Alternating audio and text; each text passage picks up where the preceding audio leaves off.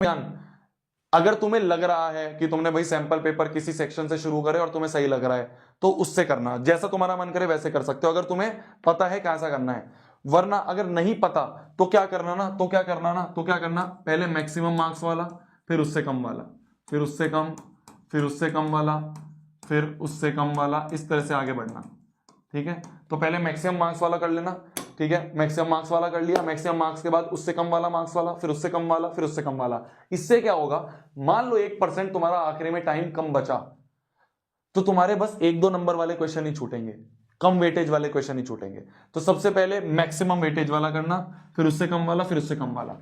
ठीक है, अगर तुम्हारे पास कोई और तरीका है जिससे तुमने पेपर अटेम्प्ट कर रखा है वैसे कर सकते हो। मेरा जो सजेशन रहता है वो ये रहता है कि इस तरह से करना है। दूसरी चीज क्या क्या याद रखनी है, क्या क्या याद रखना है, सिल्ली मिस्टेक के लिए सबसे पहली चीज जो कल भी चिल्ला चिल्ला के बताइए, कैलकुलेशन को आराम से करना, बिल्कुल बच्चों की तरह कैलकुलेशन को करना। ये मत सोचना कि मैं जल्दबाजी में करूंगा। Goal is not to solve the paper fast, goal is to solve the paper correctly. Paper correctly solve करना है, एक एक क्वेश्चन हमें आराम आराम से बच्चों की तरह कैलकुलेशन करना, बच्चों की तरह हमें कैलकुलेशन करनी है, बिल्कुल पहली चीज। दूसरी चीज, क्वेश्चन को पूरा रीड करना, क्वेश्चन को पूरा आराम से रीड करना, आराम से रीड करना, आराम से रीड, पूरा रीड करना, आधा अधूरा क्वेश्चन पढ़ के मत करना क्वेश्चन को। ठीक है, ठीक है। लास्ट वाले पेज को रफ पेज लिख के काट देना, लास्ट वाला पेज है उस पर ऊपर रफ पेज लिख दिया और एक काटा मार दिया, और उसी पे अपनी ट्रिग्नोमेट्री की टेबल लिख दी, उसी पे फॉर्मूले लिख दिए, सारा कैलकुलेशन इस पे तुम कर सकते हो। कैलकुलेशन आराम से करना, क्वेश्चन को पूरा बहुत आराम से। अब चिल होके पेपर देने जाना है, बहुत आराम से चिल होके पेपर देने जाना है। ये पीडीएफ दे दूंगा, इस पीडीएफ को आराम से एक बार बैठ के, अभी नहीं, थोड़ा 1-2 घंटे बाद अपना फ्रेश हो जाओ, 1-2 घंटे बाद इस पीडीएफ को एक बार ऊपर से देख लेना कि हाँ यार सारी चीजें हैं जो मेरे को आती हैं, सारे फॉर्मूले जो मेरे को आते हैं। पेपर दे के आना है, और पेपर देके आने के बाद देखो, पेपर देने जाना, किसी से बात नहीं करनी है, तुरंत जाओ, जाके सीट पे बैठो, जाके पेपर दो। पेपर देके आने के बाद, मैंने रात को भी बोला था, मैं फिर बोल रहा हूं, 10वीं के मार्क्स से रत्ती भर फर्क नहीं पड़ता है कि तेरा आगे का जीवन कैसा होगा। सामने तेरे सामने एक जीता जाता एग्जाम्पल है।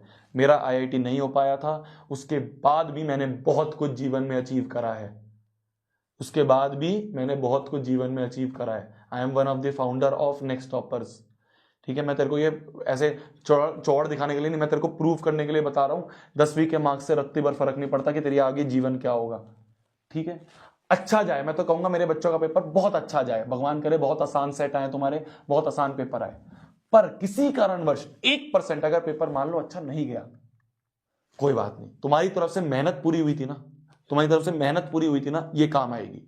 मैंने आईआईटी नहीं निकाला, ऐसा नहीं उससे मैं फेल हो गया, आईआईटी में तो फेलियर मिला, आईआईटी में तो फेलियर मिला, पर उसके लिए जो मैंने दिन रात बैठ के 11वीं 12वीं में रगड़ा था, दिन रात बैठ के जो पढ़ा था, वो जो मेहनत करी थी, वो मेहनत मेरे को काम आई।